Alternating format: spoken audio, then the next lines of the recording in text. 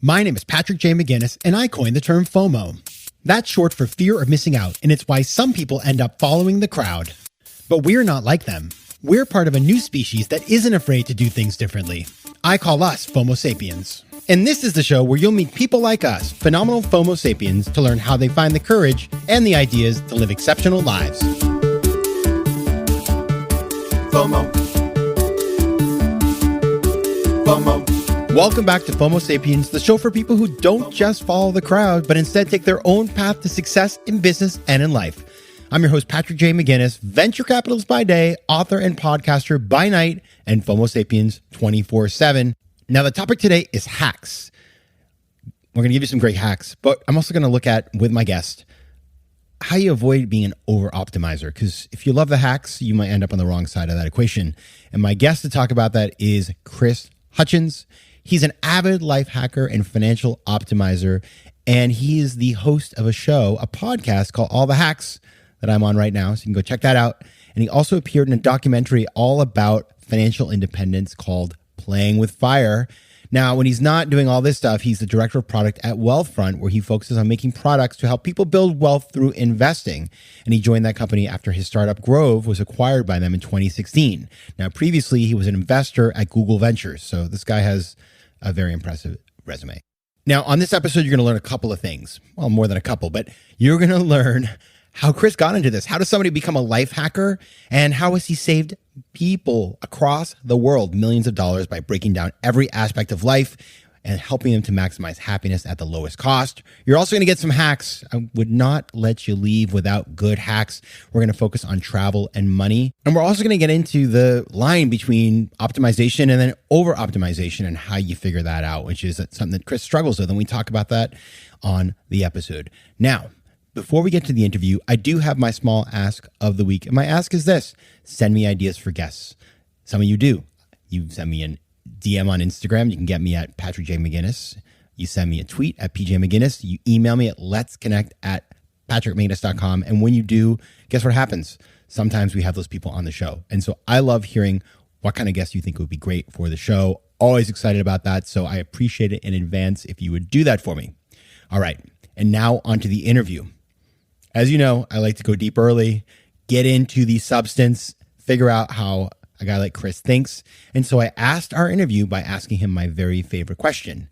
What's the most important decision that you've had to make to get to where you are today? Yeah, I started my career in New York working in finance and management consulting. And I went to an event called Startup Weekend, where I first experienced a taste of the fact that people build companies on the internet. And as soon as I had finished that event, I was like, this is a thing I want to do. And I went to my manager and said, can I transfer to the San Francisco office? Because if you ask anyone, which I didn't know at the time, where do people do this thing for a living? The answer is in Silicon Valley. And so I asked to be transferred to the San Francisco office. They kindly obliged, and a month later laid me off. I'm going to push back on that a little bit, which is that we do that in New York too. More now than we did used to, I think. So I get your point. But so you decided to go to San Francisco, you get laid off. Okay. So how does that lead you to start two companies, raise millions of dollars? Like what's the next step in the story because that sounds scary. And probably you're thinking like, I can only imagine that phone call to your, people in your life. Like, yeah. I just got laid off. That's not good. No. So, and my girlfriend, who's now my wife, I was like, we got to go to San Francisco. It's going to be awesome. And my company's going to take care of us. It's going to be great. And fortunately, she ended up finding a job before they laid me off, which was nice. It was the kind of financial crisis of 2008. So it was kind of, the de jour activity was to get laid off. And I actually ended up starting a conference called Laid Off Camp. And we did 20 events around the country. And that was really a kind of testing ground to get out in the community, meet people.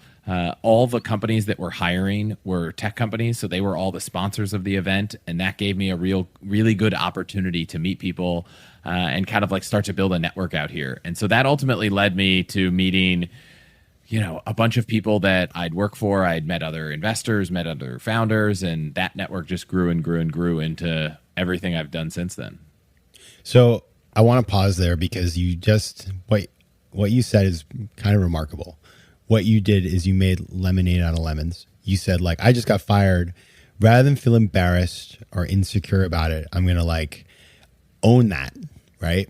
And I'm going to turn it into a strength, and I'm going to use it to build new opportunities. And it kind of reminds me of when I first started angel investing. I was like, I don't have that much money. It's not like I'm like running around with, a trust fund. I can't invest big numbers, but I didn't allow myself to feel embarrassed about it. I was honest about it, and I would just invest what I could. And so at the end of the day, I think it's like ended up being kind of much more real because I wasn't trying to fool anybody. I wasn't worried about what people thought. And it opened doors to me to be able to do what I wanted to do without having to, write $100,000 checks, which not going to happen, right? And so I think that's a very pretty powerful superpower. Now you also have moved on and become this master of the hacks, and that's what your podcast, All the Hacks, is about.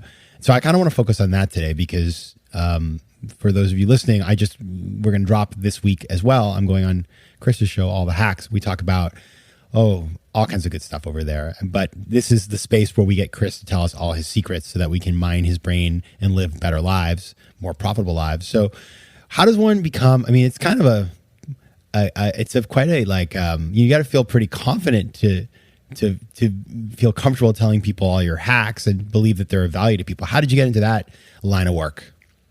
Yeah, I've always struggled with the concept you talk about of FOBO and wanting the best thing. And so I've tried to find different ways to get the best outcome. And this goes back far, far, far before, starting a podcast, which only happened, a few months ago. I was always trying to find a way to get the best experience for the lowest price because in college I didn't have a lot of money. And in high school, all the kids I went to high school with had more money than I did. And so it was trying to find different things, whether it was, I went to boarding school and I'd like order Domino's pizza and I would sell I'd sell like 7 slices and then I'd eat one. So I'd like, for every 7 slices, I could eat free pizza. So that was kind of like always what I did. In fact, this first job I took out of graduation, the company offered me a job and said, but we can't have you start for 7 months. And so I just took 2 jobs, and I was like, I took one, and then I was like, if I don't like it, I've got this option 7 months later where I could just quit and take the other job. So I've always had this kind of optimizing personality, and I've applied that to a desire to travel, to eat, to have amazing experiences. And the result is a bunch of different hacks that make that possible, and they span money and travel and work and kind of every aspect of life.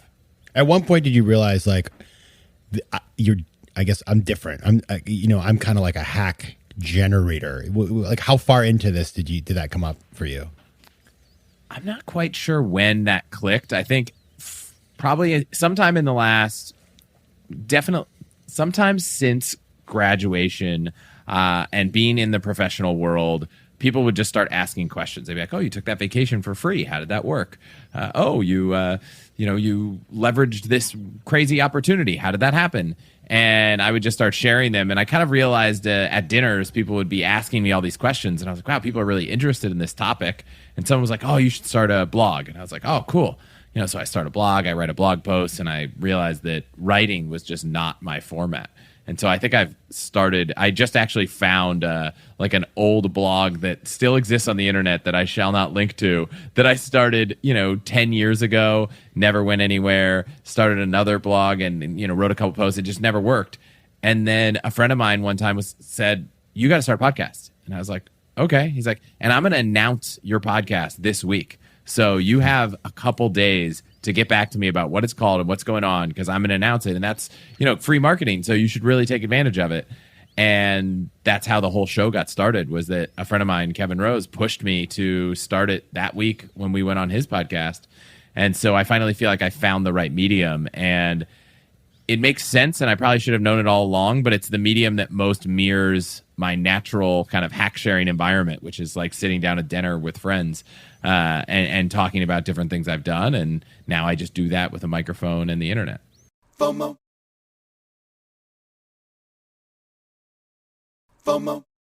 I can't believe Kevin Rose. I love Oak, his meditation app. I'm like obsessed with it. So now I'm feeling FOMO that you know him. I'm going to hit you up on that one a little later.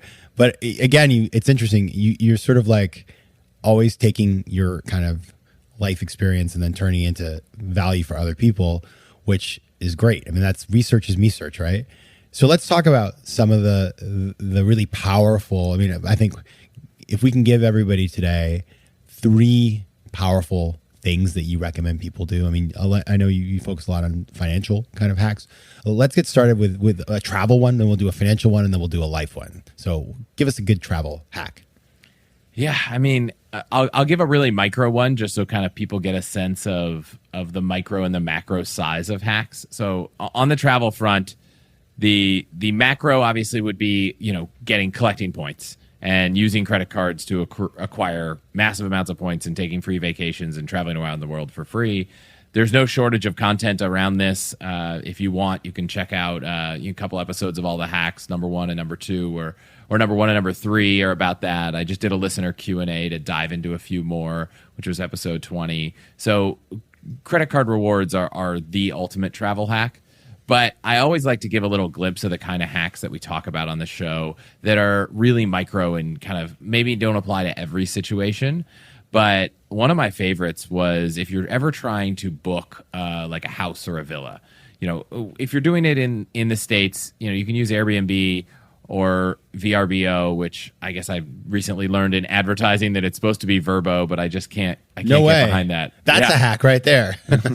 But if you take the image that is the primary image for a house or a villa that you're trying to rent, and then you go to a Google image search for it, it turns out that in a lot of other countries, it's not all Airbnb and VRBO. There might be 20 different sites where you could rent villas.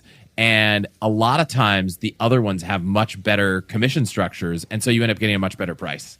And so I've multiple times now taken an image of a house we're going to rent that isn't in the US and searched for it online and found a better price somewhere else. And so that's just like a little subtle hack. Gosh, I feel like you said 3, but I'll throw one more out in travel, which is always emailing the book direct with the hotel and always email them to let them know you're coming. And we've had so many listeners write in who've used this trick to get upgraded, to get 1 hour early pass to Disney World, to get a free bottle of wine. It turns out that hotels want to build a relationship with people that stay at their hotel. And if you book on Kayak, they don't get the chance to do that until after you're there. And they kind of have a feeling that, you're not someone who wants to build a relationship with them. But if you book direct, email the hotel, and you can usually, if you can't find the email address, call the hotel and ask, and just say, hey, I'm coming to your hotel. I'm really excited to stay with you guys. This is why I'm coming. Really excited. And if there's anything that you need to know from me, let me know. And just kind of nice, friendly thing. And we've seen so many people get benefit from doing that. And across the board, it's probably the number one, kind of listener hack result we've seen is this particular hack. Let me ask you a question about that. I never thought of that. That's actually like pretty awesome. Now, I have 2 questions. Number 1 is, do you find that it's helpful to just ask for something, even if you don't really need it, just to kind of show that to sort of start because I feel like it's weird to be like, hey, hotel, I'm going to be dropping by. How are you? But if you said like, I might be needing the room slightly earlier, would that be a possibility? You sort of start the conversation where you're sort of creating a relationship where they're looking to please you. Have you ever thought about the psychology of that? Yeah, I mean, I always tell them if there's something. Oh, we're coming for our anniversary, or we haven't traveled for a long time. It's our first trip. Or when we went to Greece a month ago, we sent an email to these hotels and said, hey, we just had a daughter, and this is our first trip without a child. And when we got there, we got upgraded one, we got a bottle of wine in one. And so I definitely make some sort of subtle ask. I also recommend, and in episode 1 of All the Hacks, which is all about travel hacks, Lee, the guest I had, recommended also following up a couple days before. So if you want to make an ask, you don't always have to make it in the first email. Book the hotel, make an email, follow up, 3 or 4 days before you arrive, or 2 or 3 days, and that is a great time to say, hey, actually, our flight's going to get in a little early. If there's any chance the room's ready early, we'd love to check in a few hours early. I would be totally surprised unless the hotel was completely sold out, if they wouldn't block off a room for you. That's amazing. Okay, I have another question related to that one, which is this. Have you ever experimented with, for example, writing from like a, say sort of a third email address and saying like, dear, to whom it may concern, my name is Bentley J. Susserton. I am the chief of staff to Chris Hutchins, and I'm his head butler. And he's delighted to be staying with you. And I just wanted to let you know that, he's a wonderful person, and, sort of like really inflating your personality and giving you the sort of social proof that would come with that. I'd be curious to see what kind of outcome that might lead to. Any thoughts? No, but one thing Lee did, Lee Rowan is a travel advisor and runs a travel company. And when we were going on a trip once, he emailed the hotel and said, hey, one of our VIPs is like, Lee was just, being a generous man and sent an email like what you're saying. It wasn't I'm this person's chief of staff. It was, this is a great person. He, he's really influential in Silicon Valley, just like gushing about me. But it turned out the hotel was like totally overbooked. And so I think we got, a better room in the hotel, but there wasn't much else, in terms of upgrades that they could do. But they definitely did everything they could and, dropped off, some amenity of, I think it was like, fruit and wine or cheese and wine. I can't remember. That's super interesting. There was a startup that a friend of mine worked for that failed, unfortunately. But the whole concept was that you would give them your social media accounts and then they would price based on your level of influence. Like, I guess the more influential you were, the better deal you got, which sounds a little crazy. But it is what you've said about hotels, which is so true, especially now, is that because they've been disintermediated by all of these booking engines, they don't even know who their clients are, right? And so that's like a lot of times when you use Expedia, like a hotel won't even give you points. And so doing what you're doing, which is a slight bit more work, but has a clear benefit, is super smart. Okay, so that's a great one as we get back into the hotels. Give us a financial hack. Financial. I mean, so this is a broad space, right? You could think about investing. We've done episodes about investing. I'll pick shopping, right? We got the holidays coming up around the corner, and everybody likes to save a little money. I'll give you two. One of them you might not like because you're an author, but this is a personal shopping one. There's a Chrome extension called Library Extension, and if you install this Chrome extension, anytime you're looking at a book online, it'll pop up and say, hey, you could just check this book out from your library. You don't have to buy it. And a lot of them are digital. So it's like, if you're an ebook reader, half the books that I think about going to buy, it's like, hey, here's the book for free at the library. I'd be very curious to see what you as an author, feel about me using the library instead of buying the book. I'll tell you what I think about that. I'm okay with it because at the end of the day, listen, one thing you learn when you write a book is like, the money to be made on the book, and this is my experience. Maybe if you're J.K. Rowling, it's different. My experience has been the more interesting financial aspects are coming foreign rights sales because you get paid up front.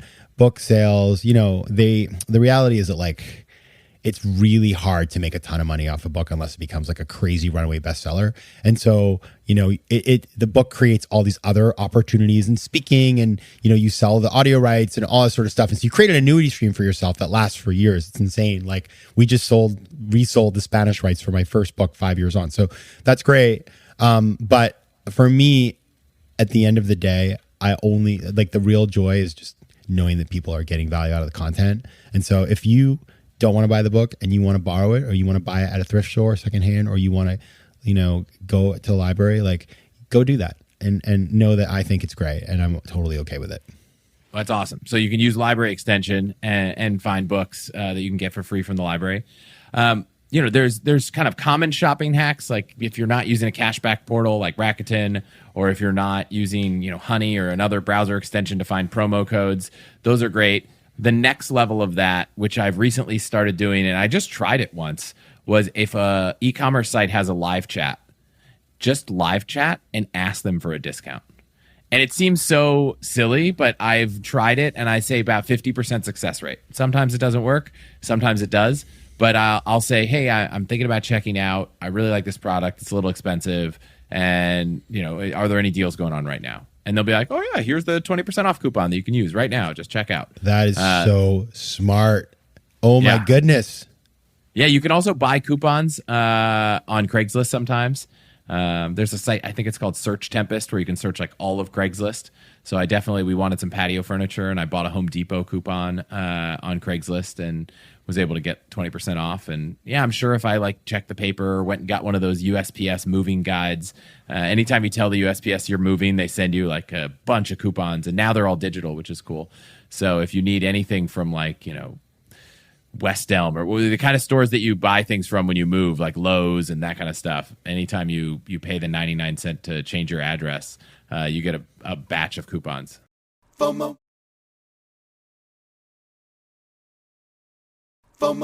I do wonder if you ever see like the ethical lines of hacks, right? Because, I gave that example of like making up a chief of staff. Like that is, it's not hurting anybody, but it is not truthful. Like, how do you think about the line between what's an appropriate and ethical hack and versus things that one should not do? So I really struggle with the truth. And maybe this is going to a boarding school that had an honor code. And I just don't like lying. Mm-hmm. Even like silly things that don't matter, I sometimes struggle with. It's like, oh, we can't go. These people invited us over for dinner. Let's tell them we have plans. And I'm like, but we don't have plans. And I'm also very transparent. So I'm like, why don't we just tell them we don't want to come over to their house? And my wife's like, well, that's rude. And I'm like, well, yeah, but I don't want to lie. Mm-hmm. So I struggle with that. So I usually won't do the, hey, I have 10,000 social media followers. You should give me this upgrade. I can't do that. So for me, all the hacks that I use, that I share are ones where I might exploit a system. Right? If Chase is going to offer a huge sign-up bonus to get me to sign up for the card, and they were going to require these rules in order for me to get the bonus, great, I'll just follow them all. I know that Chase's goal is that I spend a lot of money on this card outside of the bonus categories. I use it for 10 years. Maybe I carry a balance and pay interest. But, I'm staying within the rules of what they said. I'm not lying about anything and not trying to, get something for free that, isn't available for free. Yeah, the normalization of bad behavior is super dangerous. We all know that person who was a little shady when you're growing up, and they just always cut corners or did things that weren't, maybe like they weren't charged for the shirt and they didn't tell the store, and they were like, oh, I got that for free, those kinds of things.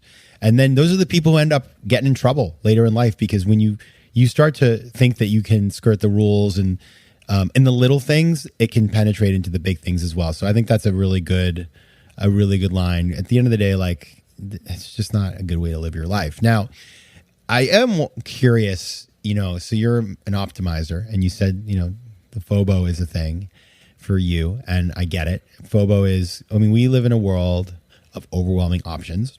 You go on Amazon to buy white shoelaces, there's like 1,000 to choose from. They're kind of all the same.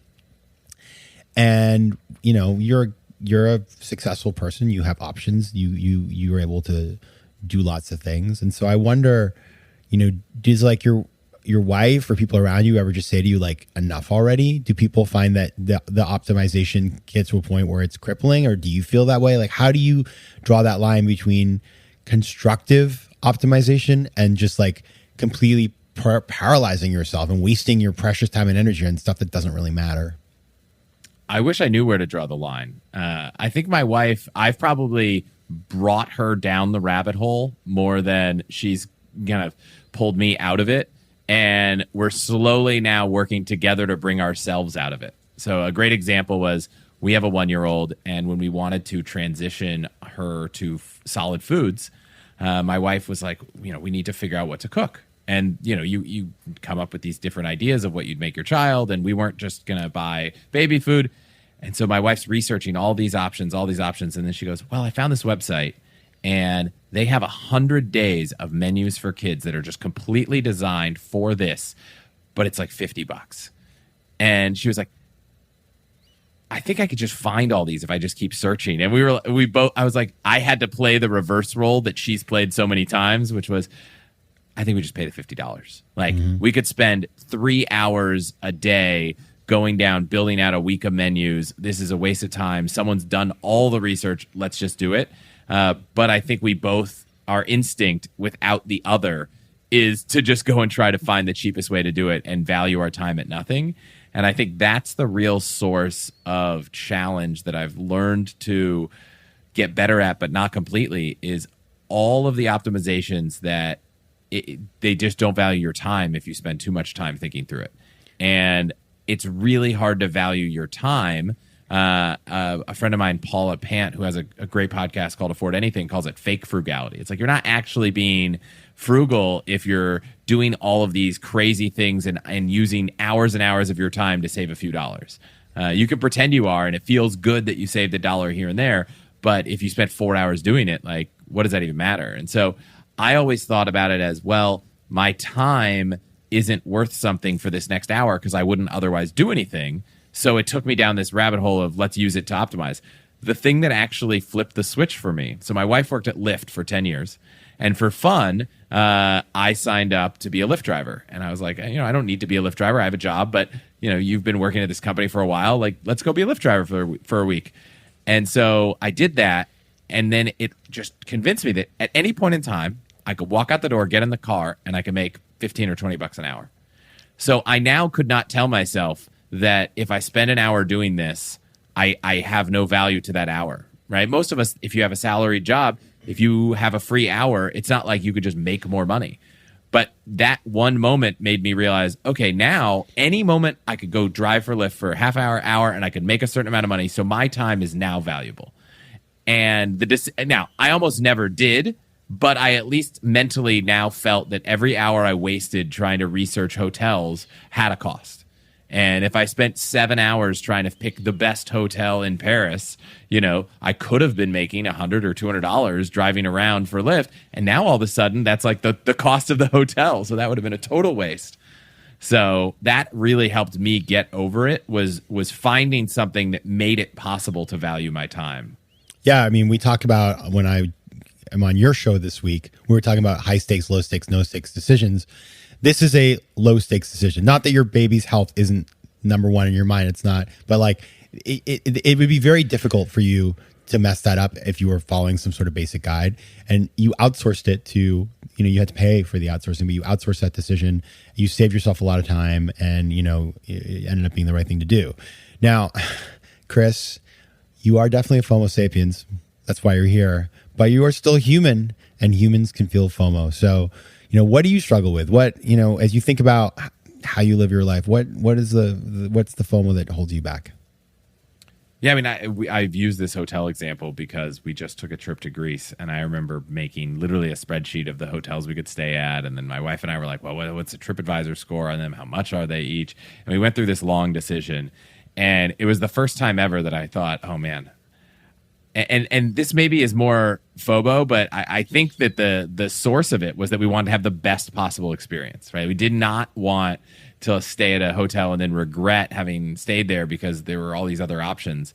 So every time we go on a trip, I struggle with that, to the nth degree. I honestly, it's the first time I ever thought about hiring a travel agent, because I thought, man, any one of these are fine if someone else could just pick. And then I realized, like I think I've heard you say before, I could just ask a friend to pick. I could just say, hey, here's 3 great hotels. Can you just pick one for me, I'll please? pick for you. Let me know. I'll do it. And I won't just pick the first one. I'll think about it for you, and I will choose, because I want you to be happy, but I'm also, I'm decisive.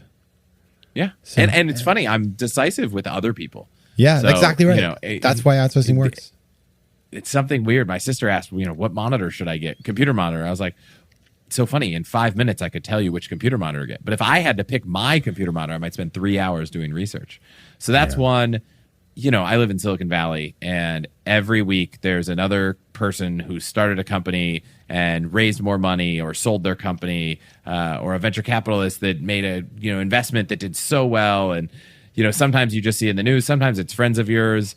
And, I'm human. And as much as I love seeing my friends' successes, it's sometimes hard when you're like, wow, this friend of mine, I know they worked hard. They totally deserve it. But, they just made $10 million. And that's really cool for them. But, what am I doing wrong? Why didn't I make $10 million yesterday?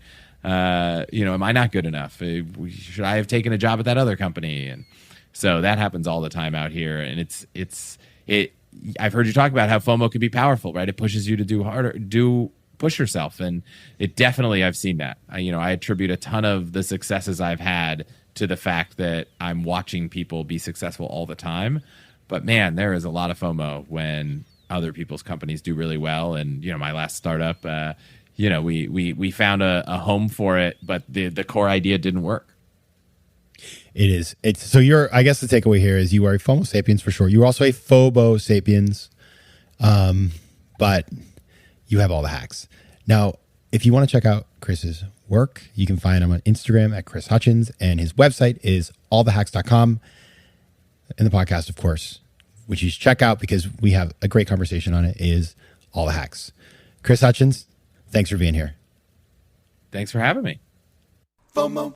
Big news. We now have a brand new website. So head over to FOMOSapiens.com where you can listen to past episodes, learn more about the show, and find out how to advertise. Also, head over to Spotify where you can find and follow playlists of the best of the show. You can also connect with me on Instagram at Patrick J. McGinnis, on Twitter at PJ McGinnis, and on LinkedIn. I'd love to hear from you, so don't be shy. FOMO Sapiens is recorded in New York City. Theme music is by Mike McGinnis, and editing and post-production is by Josh Elstro. If you like today's show, please be sure to rate it and recommend it to your friends. And as always, you can find me at FOMOSapiens.com and at PatrickMcGinnis.com. To advertise on FOMO Sapiens, reach out to contact@FOMOSapiens.com. FOMO.